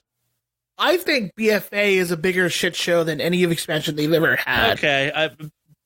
Would you like to add WoW Battle for Azeroth to the shit show list? Yes. I think it definitely it definitely would qualify for that level. Sure. So, all right. So to refresh people's memories, sitting at number 1 is Fire Festival, followed by Spider-Man the Musical, followed by Star Citizen Saga, followed by Year 1 of E3 public tickets, followed by THQ Nordic's 8chan AMA, followed by Pokemon Go Con, followed by E for All, followed by Dash Con, followed by Fortnite Live. Where do you feel this one ranks? I think we just added to number 10 on the Fair list. Enough. I mean, considering people haven't died like fucking Spider-Man the Musical. Yes, that is the problem with this list. Yeah. You know, at least Blizzard isn't doing any fucking AMAs on 8chan or any other crazy shit like that. Yep. People didn't have to travel to it. All right, it's officially on the list. There we go. I can't believe that rant was enough to finally get it added to the list. When I ask a question like, will this maybe be your last WoW expansion, and you don't have like an answer to that, that's when it makes the list. Yeah. I mean, okay, so look, I already bought Shadowlands. No, I know you did. But the fact that like you've bought the expansion, and when I ask that question, you're a lot like, oh, it's not that bad, or Matrix Online, or whatever, man. It's just dead air silence of you being like, I don't know how to respond to this in an honest way. Like, we have a lot of jokes about stop playing stuff. Destiny would have to fuck up pretty hard for me to go, I'm gonna take some major time off. But the fact that like we got like dead air out of you on that question is the telling moment where it's like, man, it is breaking a veteran of this franchise slowly. Yeah. So, okay. I had some time to think about a response. If they ever broke the one thing about this game that I really enjoy, which is raiding, then I would quit. Well, and it sounds like they might be about to, because there'll be a giant power advantage if you have that busted-ass item. Yeah. I think... yeah. I don't know. We'll see. It's going to be really shitty when you have just literal RNG deciding who comes into raids. Sure. Especially when you're trying to push legit progression. No, sure, so, yeah. Yep. So, anyway, that's my rant for WoW. Yeah, this season. I'm sure as patches come on and things will go. Oh, I forgot. Last thing. Holy shit! I can't believe since I said the word patches, they canceled patch 8.3.5. So this is literally the last patch we'll get till Shadowlands comes out. When does Shadowlands come out officially? 2020, end of 2020, roughly. So. Let's say it comes out in September, because that's when WoW patches that's when WoW expansions seem to drop. That means we have 9 months of dry content at this point. Oh, don't worry, that's not even the longest time they've had a dry content spell. When they did Warlords of Draenor, they went 13 months without a big patch upgrade between the last patch and expansion release. They went 13 months. Well, so. With that in mind, it's a long time is for there that an much online time game between now and when this in theory drops? Like, is there enough stuff to do in that time? I mean, to a certain extent, but not really that much. Like, it's... Well, I mean, I guess we'll see as later on as it comes out, but like, as it stands right now, once you get your cloak up to, 15, which is the max level, you can keep doing the horrific visions for gem slots on your gear and things like that. Yeah, so. I know WoW is a loot-driven game the same way Destiny is and all that jazz, but like, is there sufficient loot to chase? For the time being, yes. Okay. So, But yeah, no, it's just crazy that we're gonna have like literally they said no, we're canceling patch 8.3.5. So, which is usually like their big like epilogue patch that they wrap things up with. Sure, they're not having any of that. So, and a lot of the theory suggests is that Battle for Azeroth has been so bad they literally want to get out of it, so they canceled it so they can put way more time on Shadowlands. Sure. To get that polished, because this has been real bad. Yeah, like, you're not the only WoW hardcore person I talk to, and a bunch of them have just jumped ship right to Final Fantasy 14 at this point. I don't blame them. Final Fantasy 14 does a really good job with their stuff. Yep. Yeah, like I there's a couple people I know that have like said, yeah, Battle for Azeroth is like they let their subscriptions lapse for the first time ever in WoW's history, kind of thing, and they're like, yeah, no, I'm out. I just can't do this anymore. Yeah, maybe I'll come back for Shadowlands, but I'm probably out. I don't blame them. That's for fucking sure. Yeah. Yeah. It's odd because like one of the things too, that's one of the biggest glaring things is that there's a mechanic that came out in 8.2 that affects your character so much that you can't raid without doing old content in 8.2 to be relevant in 8.3. And that is the Essence system, which was only added because there were classes that were severely lacking in some of their like rotation and gameplay. So they added this Essence hot, like we to this day we feel it's a band-aid fix that was added, but now it's so essential to the game right currently that if you don't have the right essences farmed up doing old quest content, that you're not relevant in this tier. We may do a special Battle for Azeroth thing once this is all cooled down, so just an episode of that, because I am fascinated at this point. We probably shouldn't chew up too much more podcast time talking about this because we're not a WoW podcast, but like I would love to do an episode episode before leading up to Shadowlands. We may do that sometime in the future. Yeah, mostly this is I'm not saying I find your misery on this topic fascinating, but like when you have a group like the people that are still playing WoW hardcore, and you have people like this disgruntled by it, and like in some weird ways it sounds like Warlord for Draenor is still the worst expansion, but this has been more detrimental. I would argue, say Battle for Azeroth is the worst expansion. Really? Because I still got the impression people liked it, like, overall more than Warlords of Draenor, but, like, it's been more problematic to the game. Like, it has actively turned people away more. I think part of the reason Warlords of Draenor kind of fizzled out the way it did was because the story didn't really the story was really awkward on top of that, but at least I've heard people say some of the best times that classes had flavor and existed was actually during Mists of Pandaria and Warlords of Draenor. Sure. Some classes just felt really good to play. Like, I think in Warlords of Draenor, shamans could cast while moving. Like, that was something you could do as an elemental shaman, which felt good in, like, exercise because, like, I mean, you didn't have a lot of stuff you could do with a shaman back then, but the fact that you were a mobile caster was really a nice thing that made it stand out. Like, that's what made it shine. And so they took out that stuff, and there's just been a lot of class pruning and things like that. No, yeah, too. And it was also like its weakness was the fact that it was the first bad WoW expansion in some ways. Yeah. Yeah.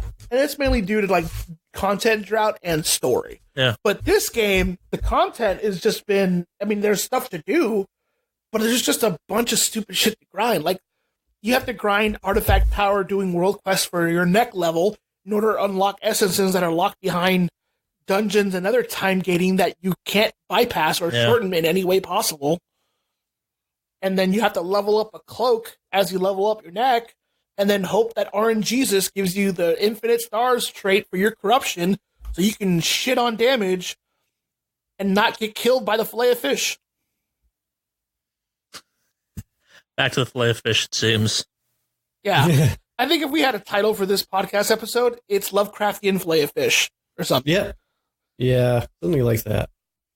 I'll put that down on the list.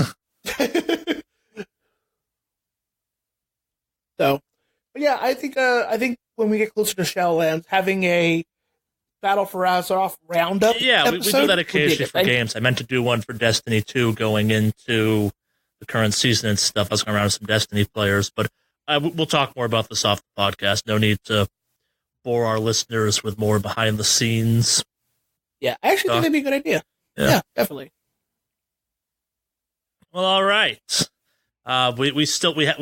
We delayed gratification, if you will. We engaged in a tantric email reading from last week to this week. I don't know why I make this as dirty as I can, but I am. And now for release.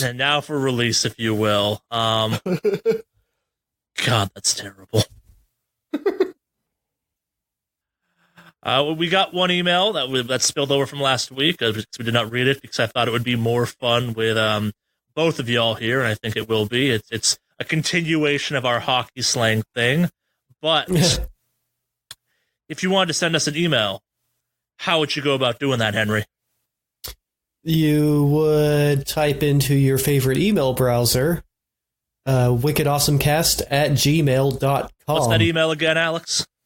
wickedawesomecast@gmail.com. wickedawesomecast@gmail.com. Spell it sounds down in the show notes. I'm going to let you guys guess who this came in from once we get through more of it. We'll start off and I'll read the email, if you will. Hello, fuckers. It's been a hot minute since I harassed you all, but this time I return with a game. Recently, Alex and mostly Henry were challenged with guessing hockey terms by Nicholas of Edmonton, potentially somewhere in Canada, according to Charlie, and hometown of the Oilers. Yeah, that's why I'm guessing it was Canada. Connor McDavid is a stud, and I think Mike Smith may hold the record for most pucks lost in his jersey. Congrats on your recent win, by the way. Don't worry, the Bruins will somehow have enough overtime losses to find their way into first place. This is a miracle. This is a magical year. I have returned to play the same game, but this time I have a twist. I have more hockey terms, and I want Alex to come up with WoW terms and Henry to come up with anime terms for me / the rest of the cast to guess at. I will write the following week with my answers, and the audience can feel free to play along with as well. Scout's honor, I won't look any of them up. All right, your first word, clapper. Magical fixture where you can turn lights on with the sound of clapping. Clap on. It's a slap shot. Okay. Dinger. That's a shot that hits the rim of the net. That would be my guess, too. You're not wrong. You just used the wrong words for it. It's when a puck hits the post in the net. Okay. Yeah. Yeah. Rocket was a dinger. God, that's a jargon-heavy sentence. Bender. When a bunch of hockey players collide chasing the puck and just fucking slam into each other. Henry? Bite my shiny middle ass. So Alex wasn't that far off again with his guess. It means a person who was bad at skating. It's kind of close to that one. Hoser. Isn't that a name for like somebody from a particular college? Oh, that's Hooser. That's Hooser. Oh, Hoser. God, I've heard it before too. You have. I don't know. I have no clue. It's an insult, meaning a person on the losing team, because the losing team had to hose down the rink before Zambonis existed. Literally, this was like hosing down the ice with a hose. Like you were out there just spreading water to fill in the marks from the skates. It's taken on a bit of a weird meaning, kind of in modern society too. Like I'm trying to remember what show it was that they had a joke where they had like the rare Canadian hosers, which it means more than just you lost. It also means like deadbeat occasionally. And fuck up. I knew it was an insult, but yeah. Yeah. Making a snow angel. I would say literally, or somebody who got knocked on their ass and got laid out. Close.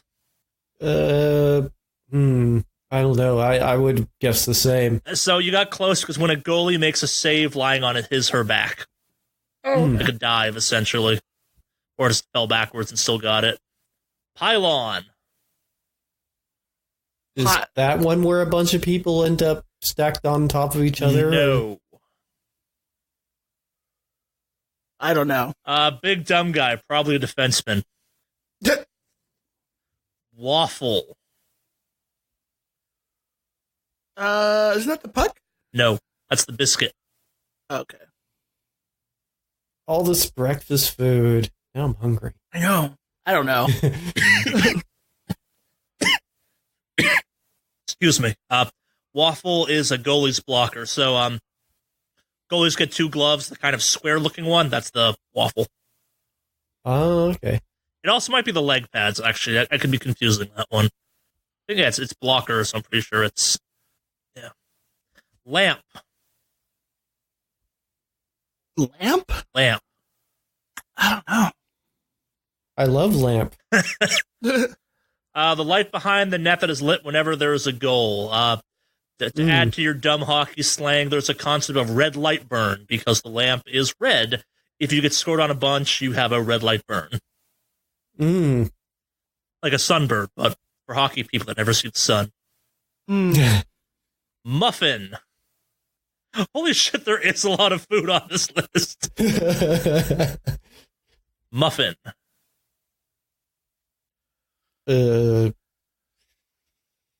Yeah, no clue. Yeah, there again, I would have guessed puck again. Yeah, I would have guessed puck again. A soft shot. I'm going to use this one in sentence because it's kind of hard to understand without the sentence. You're going to keep serving up muffins like that? Okay. Splitting chiclets. Somebody gets hit in the nuts. I was thinking somebody gets hit in the teeth. Losing teeth. Oh, shit. Yep. Chiclets, yeah. I'll save the end of that email for the end of the podcast. It's relevant there. You got a guess as to who it was? Oh, it's Jeff. Yeah, it's obviously Jeff. Yeah, I was about to say, that's Jeff, right? First of all, the moment... you want to know when I knew it was Jeff? When you opened with, hey, fuckers. Yep. It's hostile. It's either Charlie or Jeff, and Charlie's right here on the podcast. Yeah. Yeah. All right, let's do your half of the game now. I got a page opened up for it. Let's do some WoW terms and anime terms that might be obscure for people. Can we add to both lists, or is it like a combined I'll list? say yeah. Fuck it. Go for it. I'll throw an easy one. Nani. No, that's too easy. Okay. Let's just Titan use speak Forging. Japanese or not. Yeah. That's not really so much like Animus. I feel like the Isekai stuff, that might be a appropriate one for the list, though. Yeah. How do you spell that? Well, I think Isek. AI, probably? Yeah, AI, yeah. Isekai. AI, yeah. I'm going to say, all right, so I'll add a couple here. These are, because they're related, they might actually help. There's a sort of something known as dere. There's Tsundere and Yandere. All right, Tsundere is Tsundere.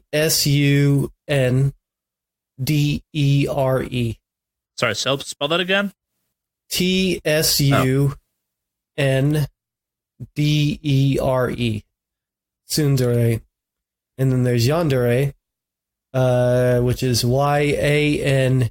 I will post all of these words in list form in the show notes, by the way, so you don't have to be scribbling it down right now. I will make these accessible for people. Okay. You got any WoW terms yet, Alex? Yeah. Ding, maybe? Do people still use ding? I mean, yeah, no, not really, but sure. Ooh, okay, so we'll throw in ding. We'll throw in Warmode. We'll throw in farming. Let's see. Smurf? Smurf's another good one. That's a classic. Specifically the WoW definition of it. Yeah. I mean, there's not much, like, unless I'm using specific actual WoW. I think you don't realize you say a lot of stuff that I don't know what you're saying sometimes. I think I you're... threw in Titan Forging. But it's like, just even like specking and things like that aren't necessarily things that people know. That's true. So let's say, specs. Yeah. DPS. I mean, that's the thing. It's like, I think you use an awful lot of terminology and you don't realize it because you're so deeply in it. I know, like I suspect that Henry has no idea what the fuck a Smurf is in context to WoW, because there's a really specific meaning for that one. See, I haven't played WoW since like 2007 or 6. And Smurfing didn't exist then. Yeah, so I have no idea. So yeah, I think you probably know a lot more weird like not well known terminology than you might think. Turtling Alterac Valley. I'll just say turtling. Yeah. That would work. Zerging. We can go with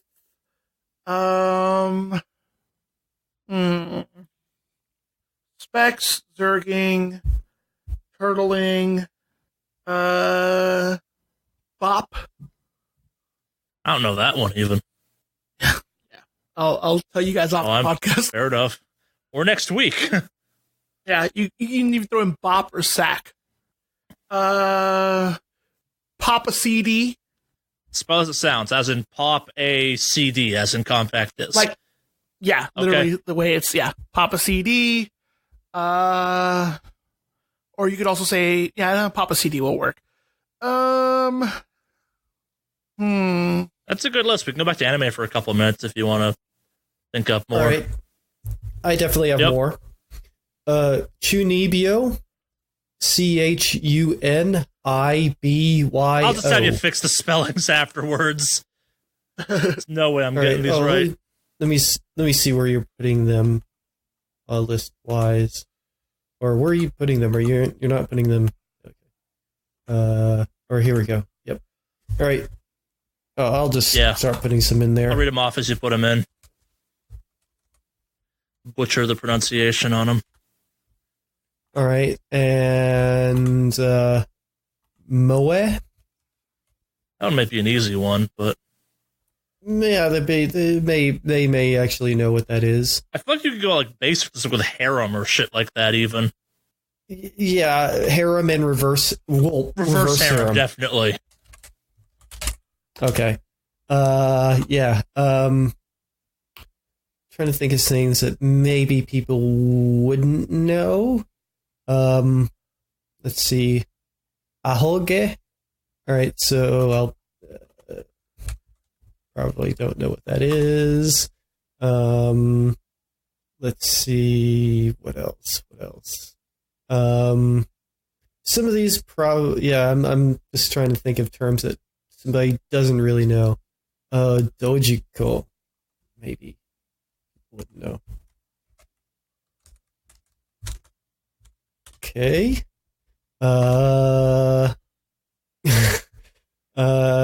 People probably know what yaoi is, I bet. Do you? Unfortunately, yes. Okay, just curious. I was like, that's probably one that's a little more known. I know Yuri, I know yaoi, I know all the pervert terms. Guro. Okay. Is a thing I'm not sure everybody would necessarily know.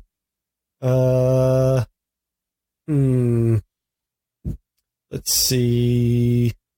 This one may not be as well known. Yonkoma. Yeah. That's a pretty good list. I mean, that's about 10 terms. We don't want to go too nuts. We don't need like 100 terms. So I think that's a good list. Good. Any last minute ones you want to add for WoW, Alex? No, I think that's good. All right. To read off the list for anime terms, we have Isekai, Tsundere, Yandere, Chunibyo, sorry. Moe, Reverse Harem, Ahoge, Dojikko, Guro, and Yonkoma. Yeah, Yonkoma. And for WoW, we have Ding, Warmode, Farming, Smurf, Spec/Specking, Turtling, Zerging, Bop/Sack, and Papa CD. Yep. That works for now. Yep. We will happily read off your ideas of what the hell these things mean next week. You send them in. I will put a list of these down in the show notes for easy reference with actual correct spelling. Oh, I have one more I want to throw in there. D-Seed. D-Seed? D-Seed? Yeah. Just D-C-E-D? Just D-C. The letter 2. All right. Just D-C. Like AC/DC. Gotcha. The good half of AC/DC. All right. That's for the podcast this week. We just had the one email. Please no more hockey slag emails for a couple weeks. I find them fun, but I can feel Alex and Henry just being like, we're going to kill this fucker through the podcast. Make us look like idiots, uncultured swine that don't know hockey terms of like weird degenerates. Yeah, they're right. Fucking hosers they all are. But, yeah, any last minute stuff we want to talk about before we close this out this week? No, not at the moment, other than I won't be here next week. Yep. I'm redoing my whole moving thing. So I should be back the following week. And I look forward to hearing all the answers that will be provided to the... You're right. We'll give you guys 2 weeks, actually, to write in so we can have everyone here for them. That's actually a good point, yeah. Okay. So I will post these next week and this week as part of the show notes, so you got a little time. Yep. Alrighty.